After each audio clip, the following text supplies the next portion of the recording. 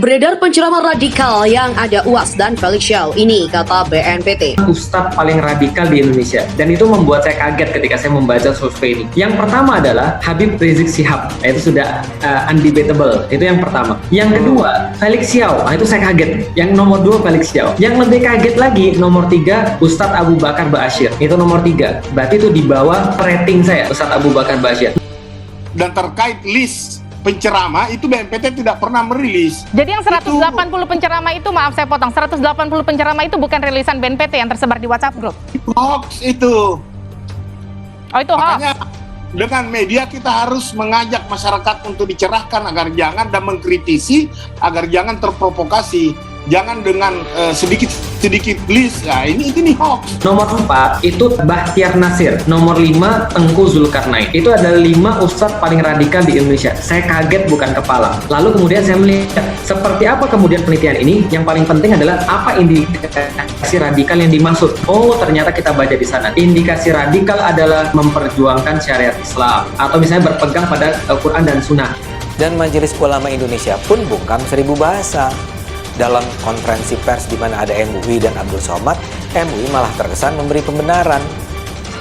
MUI itu harus sadar bahwa orang semacam Abdul Somad. Anti di sini adalah sikap membenci dengan membangun distrust, ketidakpercayaan masyarakat terhadap negara, pemerintahan yang sah, dengan narasi sebaran hoax, hate speech, konten-konten provokatif, adu domba, fitnah, dan lain sebagainya. Karena sejatinya ini adalah gerakan politik dengan memanipulasi, mendistorsi, dan mempolitisasi agama untuk kepentingan politik, kekuasaan, ataupun yang lainnya, yang endingnya ingin mengganti ideologi negara Pancasila dengan ideologi khilafah menurut versi mereka. Kemudian yang merusak reputasi umat Islam.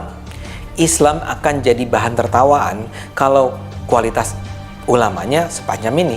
MUI seharusnya berani menunjukkan pada umat yang mana ulama yang benar dan mana ulama yang salah.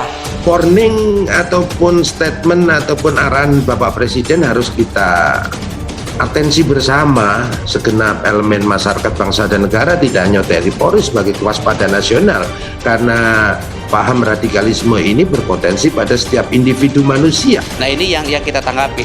Nah kemudian nanti kan timbul pertanyaan, radikalnya versi siapa? Ya kan? Apa versi BNPT saja? Bisa terjadi menurut ulama bukan radikal, tapi menurut mereka radikal. Nanti timbul benturan. Yang kedua, hati-hati ini. Jangan sampai kemudian mengadu domba yang di bawah. Ya kan? Yang satu menganggap tidak radikal, yang radikal nanti kemudian terjadi benturan-benturan di bawah tentang penceramah ini.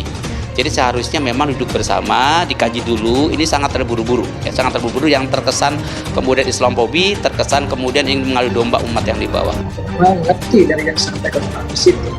Pertama tentu Presiden punya data dan fakta ya, terkait persoalan radikalisme yang ada, katakanlah yang mungkin saja sudah mulai masuk melalui ibu-ibu anggota TNI Polri. Ke Pak Presiden barangkali jangan sampai bahasa radikal itu menjadi buyar pemaknaannya.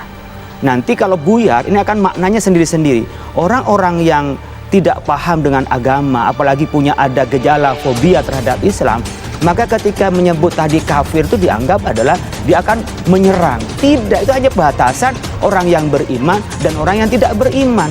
Jadi sebenarnya nyebut kafir dengan non-muslim itu nggak jauh beda maknanya. Hanya soal rasa, ada orang yang biasa dikafir-kafirkan, maka ketika nyebut kafir seakan-akan dia dicemuk. Padahal itu adalah ajaran biasa. Yang kedua, jangan sampai nanti ada keserangan balik karena tidak setuju yang mereka melakukan amar ma'ruf nahi mungkar, kemudian dia dianggap radikal dan dia merasa mempertahankan agamanya. Ini akan rusak. Badan Nasional Penanggulangan Terorisme atau BNPT mengungkapkan tidak pernah merilis daftar 180 penceramah radikal sebagaimana yang beredar viral di sosial media beberapa hari kemarin. Hal itu disampaikan Direktur Deradikalisasi BNPT Irfan Idris saat dikonfirmasi awak media. Terkait dengan list daftar penceramah radikal itu, BNPT tak pernah merilis, itu hoax, kata Irfan.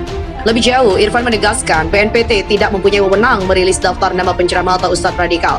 Meskipun, tekan Irfan, lembaganya bertugas dalam bidang pencegahan terorisme. Irfan menjelaskan, pihaknya hanya merilis ciri-ciri penceramah yang patut diwaspadai karena diduga terpapar radikalisme. Itu pun berdasarkan bersinergi dengan sejumlah lembaga dan gugus tugas tokoh agama untuk menekan radikalisme dan juga terorisme. Sebelumnya beredar tangkapan layar pesan WA terkait dengan daftar penceramah yang terindikasi intoleran dan radikal. Tangkapan layar itu diunggah akun media sosial milik penceramah Ustadz Felix Shaw. Ustadz Felix dalam akun Instagramnya mengunggah tangkapan layar 10 nama penceramah yang dikategorikan radikal. Nama Ustadz Felix sendiri masuk dalam daftar itu. Begitu juga penceramah kondang Ustadz Abdul Somad. Selain itu ada mantan juru bicara Hizbut Tahrir Indonesia Ismail Yusanto. Lalu ada juga penceramah Hafiz Abdurrahman.